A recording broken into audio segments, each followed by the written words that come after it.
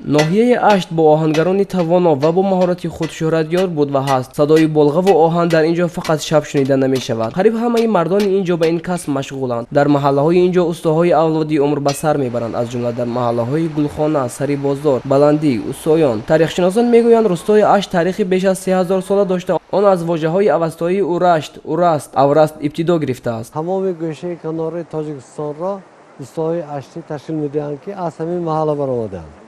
ба ғайр аз ин дар республикаи бародарии Ӯзбекистон ҳам дар ҳамаи ноҳияҳои онҷа рӯстоҳо аз Ашт мебошанд, ки аз ҳамин маҳаллаи мо маҳаллаи Усоён баромадагӣ.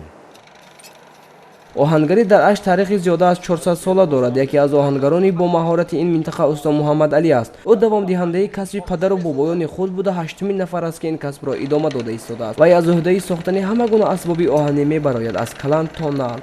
Фақат калава мен амбури сохтан дар кор не чикор кардан нако ҳамин калава майнаба меистад ҳамин мисоли меминам ё ҳамин ё ба ин мисол мебинӣ ё ки ё дигар асбоб мисол ҳамаш ақаллан як сад хел намудии мисол сохт мошудагар сад агар ман ҳамто одди тиреша гусагам ин ҳамаш каланда ягон хел чизи сохтакори нест монда. ҳар дарахту бинои ин минтақа бозгӯи таърих аст. тибқи ривоёте ки солмандони ин минтақа қисса мекунанд, замони Рустами Достон бо ҷумла лашкарёнаш ба ин деҳкада, ки кӯҳҳояш макони филизоти нодир буда, дар сари роҳи Абрешим қарор дорад омадааст. Рустам чанд рӯзро ин ҷо бо ҳунарманди бумӣ Коваи оҳангар сипарӣ кардааст. Коваи оҳангар оҳангариро дар ин ҷо ривоҷ дода ва ин касбро барои мардуми деҳкада маъмулӣ кардааст. ин аст ки зодагони ин деҳкада худро вориси Коваи оҳангари афсонавӣ мешуморанд. худ кашфи оҳан ба машғул шуд.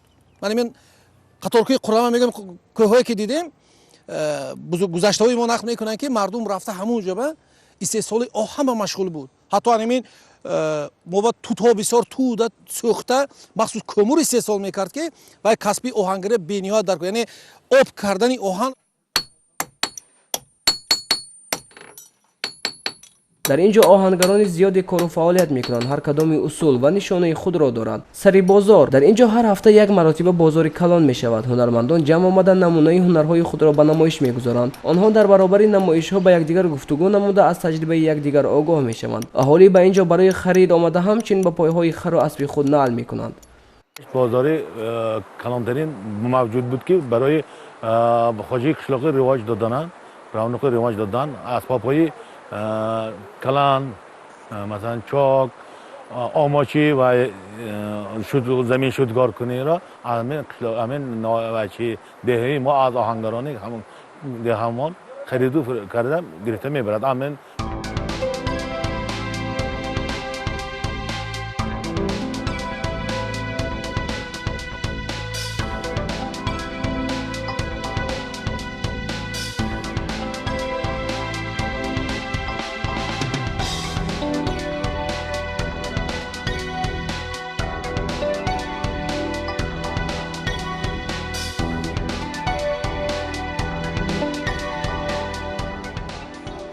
оҳангарӣ ҳунари дӯстдоштанӣ ва фоидаовар аст. барои оҳангарон оҳан чизи оддӣ набуда, онҳо дар он ягон зебоиро мебинанд. барои пайдо намудани мавқеи устувор ва хубу босифат шудани маҳсулот, оҳангаронро мебояд ки аз таҳти дил кор кунанд. барои оҳангарон қувваву нерӯи зиёд лозим аст, зеро давоми рӯз онҳо гурзу болға мекӯбанд. оҳангарӣ беҳтарин ягон вақт гурусна намемонад. устоҳо мегӯянд, ки одамони танбал хуб аст, ки ба ин касб машғул нашаванд, зеро ки оҳанро бояд дар гармиаш кӯфт.